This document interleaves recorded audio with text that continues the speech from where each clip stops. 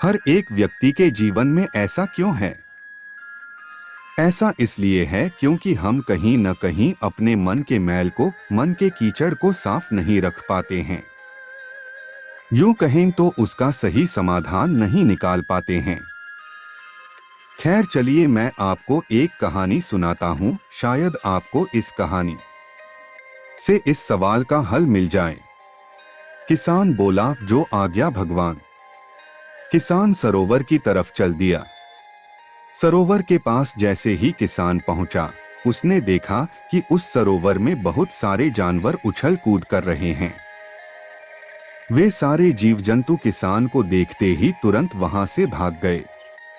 किसान बहुत ही खुश हुआ और उस सरोवर की तरफ चल दिया पानी लेने के लिए। परंतु जैसे ही किसान सरोवर के पानी के तरफ हाथ बढ़ाया, उसने देखा कि पानी बहुत ही ज्यादा गंदा था।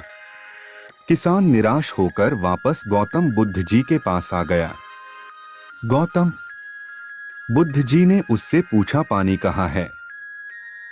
किसान ने दुखी भरे शब्दों के साथ कहा, हे भगवान, मैं जैसे ही उस सरोवर के पास पहुंचा तो मैंने देखा कि उस सरोवर में काफी सारे जीव जंतु उछल कूद कर रहे थे और उनके उछल कूद करने की वजह से उस सरोवर के जमीन के तल में बैठी हुई सारी गंदगी, सड़े हुए पत्ते उस पानी में घुल मिलकर एक कीचड़ का रूप ले लिए थे। यही कारण है कि मैं वह पानी लेकर नहीं आया, क्योंकि वह पानी नहीं कीचड़ हो चुका था। महात्मा गौतम बुद्ध जी उस किसान की बातों को समझ गए और मुस्कुराते हुए उन्होंने कहा कि मैंने तुमसे सरोवर का पानी मांगा था। मैंने यह नहीं कहा था कि पानी अगर गंदा हो तो पानी लेकर मत आना। उन्होंने अपने दूसरे शिष्य से अनुग्रह किया कि जाओ और सरोवर से पानी लेकर आओ। उनका दूसरा शिष्य निकल पड़ा पानी को लाने के लिए और कुछ देर पश्चात वह पानी लेकर वापस आ गया।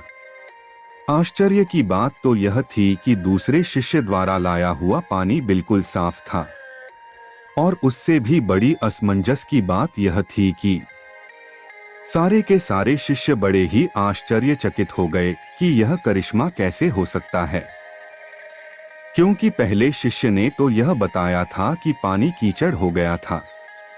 महात्मा गौतम बुद्ध जी ने सारे शिष्यों को यह बताया कि जब सारे जीव जंतु उस पानी में उछल कूद कर रहे थे, तब उस दौरान उस सरोवर के पानी के तल में बैठी हुई सारी गंदगी, सड़े गले हुए पत्ते सब घुल मिलकर कीचड़ रूपी पानी का रूप ले लिए थे।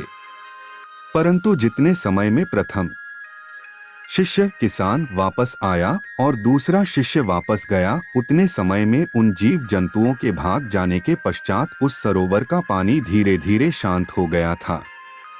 और जैसे जैसे सरोवर का पानी शांत होता गया, उस सरोवर के कीचड़ रूपी पानी में खुली हुई सारी सड़ी गली पत्तियां और मिट्टी धीरे धीरे शांत होकर उस सरोवर के तल में जाकर बैठ गए, जिससे उस सरोवर का पानी शांत होकर साफ हो गया तथा सारे गले हुए सड़े हुए पत्तियां भी शांत होकर आराम से उस सरोवर के तल में जाकर बैठ गए थे। प्रिय शिष्यों, अगर उस सरोवर में किसी भी तरीके का कोई हलचल नहीं होता तो उस सरोवर की हर एक चीज जिसको जहां पर होनी चाहिए थी वह वहीं पर ही रहती। उन जीव जंतुओं के हलचल की वजह से सरोवर के तल में बैठी हुई सड़ी गली पत्तियां, मिट्टी उस शांत पानी में मिलकर एक कीचड़ का रूप ले लिए थे। ठीक इसी प्रकार से हर एक व्यक्ति के जीवन में तरह तरह की समस्याएं, परेशानियां और कठिनाइयां आती है, जिसके वजह से हमारे मन में हलचल सी मच जाती है। हमारा दिमाग और मन अशांत हो जाता है। तत्पश्चात हम कोई गलत निर्णय अर्थात फैसला ले लेते हैं। परंतु अगर हम थोड़ा समय देकर उन कठिनाइयों, परेशानियों और समस्याओं के बारे में समझने की कोशिश करें तो मन की हलचल उस सरोवर की पानी की तरह शांत हो जाएगी, जिससे हम अपने जीवन में सही निर्णय का चुनाव करते हुए उसका समाधान निकाल लेंगे। किसान को महात्मा गौतम बुद्ध जी की सारी बातें बिल्कुल साफ साफ समझ में आ गई। उसे यह भी समझ में आ गया कि उसके परिवार में आई हुई सारी परेशानियां, दिक्कतें और जिम्मेदारियां भी इसी सरोवर के सड़ी गली हुई पत्तियों और मिट्टी रूपी कीचड़ की तरह ही हैं।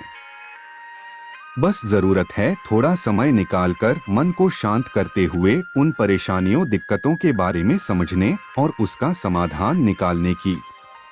मन का कीचड़ कहानी से हमने क्या सीखा? दोस्तों, समय के साथ साथ हर एक इंसान की जरूरतें बढ़ती ही जाती है। हो सकता है किसी की जरूरत कम हो सकता है किसी की जरूरत ज्यादा हो, लेकिन हमें उन जरूरतों को पूरा करने के लिए मेहनत तो करना ही पड़ता है। हाँ, यह जरूर है कि मेहनत करते वक्त हमें बहुत सारे कठिनाइयों और समस्याओं का सामना करना पड़ता है। इसी वजह से बहुत बार हमारा मन अशांत हो जाता है, निराश हो जाता है, दिल दिमाग में एक अजीब सी हलचल होने लगती है, जिसके वजह से हम गलत फैसला ले लेते हैं। परंतु दोस्तों, हमें घबराने की जरूरत नहीं है, हमें अपने दिमाग को शांत करने की जरूरत है। थोड़ा समय देकर इसके बारे में सोचने की जरूरत है। इसका समाधान कुछ जरूर निकल आएगा। दिमाग को शांत रखें, कोशिश करते रहें, मेहनत करते रहें, समय लगेगा लेकिन सफलता जरूर मिलेगी, क्योंकि सब्र का फल मीठा होता है। धन्यवाद।